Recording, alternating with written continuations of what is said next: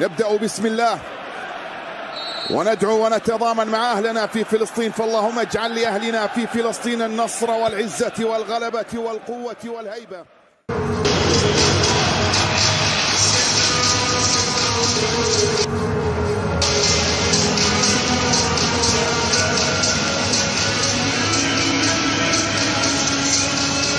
شكرا لمحمد سعدون الكواري، شكر أيضا موصول لضيفيك الكريمين في الاستوديو التحليلي. بسم الله الرحمن الرحيم. مشاهدينا الكرام، متابعينا في كل مكان عبر بي ان سبورت، طابت اوقاتكم بكل خير واهلا وسهلا ومرحبا بكم معنا هنا في هذه التحفه المعماريه، في هذه الخيمه الجميله هنا في استاد البيت في مدينه الخور شمال دوله قطر، حيث المواجهه المهمه في هذه الجوله الاخيره من المجموعه الثانيه. هنا منتخبنا العربي السوري، المنتخب السوري في مباراه الفرصه الاخيره، في مباراه الامل الأخير من أجل تجاوز دور المجموعات للمرة الأولى في مدنية. في هذه المواجهة السوري هنا في هذه المشاركة التاريخية السابقة في هذه الجولة الأخيرة من المجموعة للمنتخب الهندي داخل منطقة الجزاء. فيها مرور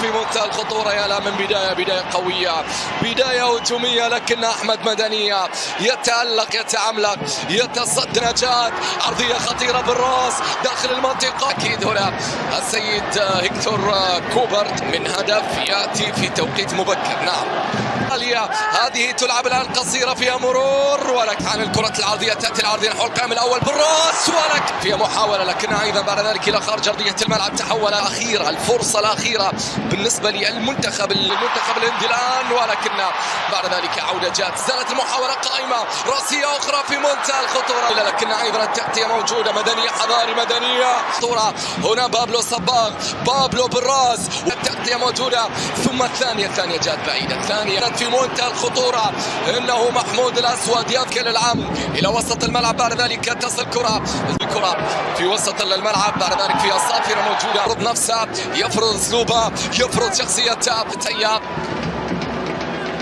للأمام يحتسب هنا لمصلحة. دخل كان قوي أيضا في اللقطة الماضية. إبراهيم محاولة انطلاقة سريعة للمنتخب الهندي، لكنها أكثر ظهورا جميلة رائعة داخل المنطقة الآسيوية. كرة ملعوبة طويلة عالية للأمام، جهة اليمين محمود الأسود، عرضية خطيرة داخل منطقة اليمنى، ترسل بعد ذلك عرضية خطيرة داخل منطقة المنتخب الهندي. لا يوجد تسلل، لكن أيضا عودة مشاركة التاريخية الأولى، يتأهل للمرة الأولى من أحداث شوط المباراة الأول من بعيد. هذه قوية خطيرة داخل منطقة الجزاء، ولكن تأتي إلى ممتازة داخل منطقة الجزاء، ولكن حارس المرمى من يرافق استراليا حتى الآن في اللقطة الماضية بشكل ممتاز. هنا بعد ذلك محاولة، هذه انطلاقة، بعد ذلك تسديدة قوية، غير معقول في منتهى الخطورة. الحارس أولا، المدافع ثانيا، على طول التغطية والإبعاد، والكرة إلى خريق إبراهيم يسار. إبراهيم يضرب، ثم بعد صد ممتاز، ثم بعد ذلك المدافع شالها.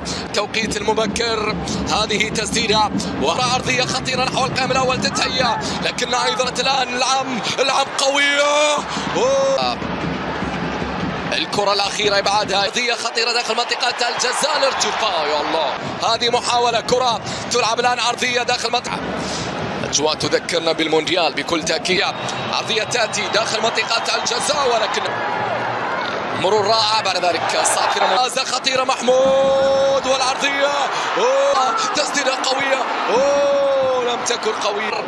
إبراهيم يلعبها للأمام، يواصل بحث الآن. كرة عرضية خطيرة داخل منطقة الجزاء. في اللقطة الماضية مطالبة مباراة، هنا حكم المباراة يبدو لي منتخب طاجكستان. هنا محاولة، كرة داخل منطقة فيها مرور جهة اليمنى، لكنها تأكد ممتاز بالنادي. الهجوم المضاد للمنتخب السوري، لكن عودة مواجهة، مجهود كبير يقدم، تشاهد في من الجهة اليسرى. مؤيد العجان في العرضية، ولقب سوريا مهم جدا أن يتقدم الخامس على التوالي في البطولة، لا يسجل. كرة عرضية، هذه اللحظة كرة الجهة اليمنى عرضية داخل منطقة استلمها مؤيد، بعد ذلك بكرة إلى داخل الهندي، كرة منقولة للأمام، لكن بعد ذلك يسار في محاولة ما زالت قائمة البحث عن المرور. نعم عمر خريبين في شوط المباراة الثاني. عمر خريبين المحاولة ما زالت قائمة، العرضية داخل المنطقة لمنتخب سوريا من منطقة الجزاء، تسديدة قوية. المباراة الثانية كوبر. نعم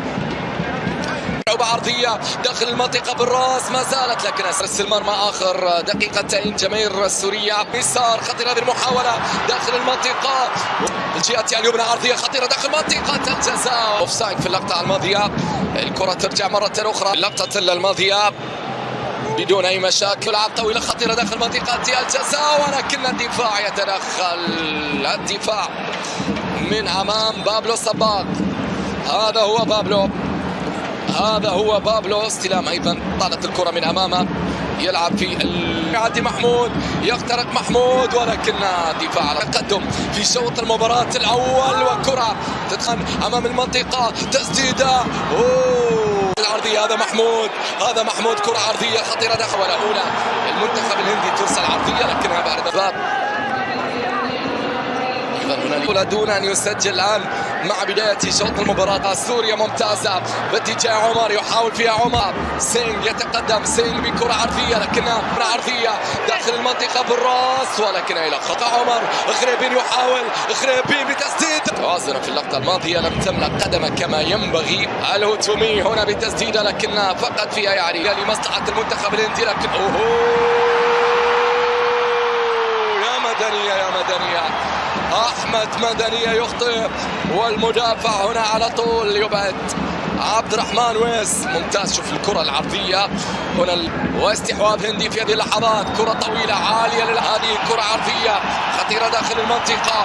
ولا مؤيد العجان عرضية ويس، كرة عرضية خطيرة داخل المنطقة. ولكن عمر هل يكون المنقذ وسط الملعب بعد ذلك بلمسة؟ كرة بينية لكن الرحمن، هذه كرة في الجهة اليمنى، ولكن بعد ذلك البقية بكل تأكيد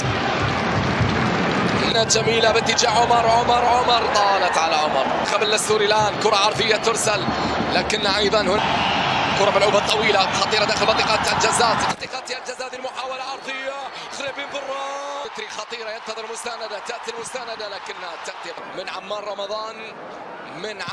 رمضان. مؤيد العجان طويلة عالية إلى الأمام باتجاه عمر. هذه العرضية على رأس خريبين بالراس، ولا عمر إلى عمار داخل المنطقة. إلى عمر ما زالت داخل منطقة الجزاء، على قريبة عرضية ولكن حارس المرمى إبراهيم. العرضية إلى عمر خطيرة، عمر حاطها.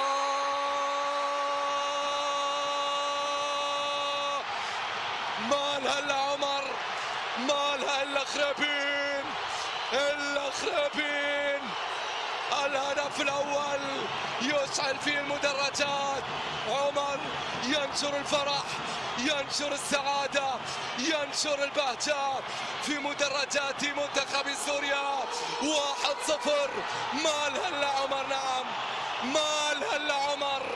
يتقدم المنتخب السوري هنا في آخر ربع ساعة. عمر على طول بداها عمر وأنهاها عمر. نبدأ بسم الله وندعو ونتضامن مع أهلنا في فلسطين، فاللهم اجعل لأهلنا في فلسطين النصر والعزة والغلبة والقوة والهيبة. السلام عليكم اصدقاء مشاهدي قناه ارب، مرحبا بكم في فيديو جديد.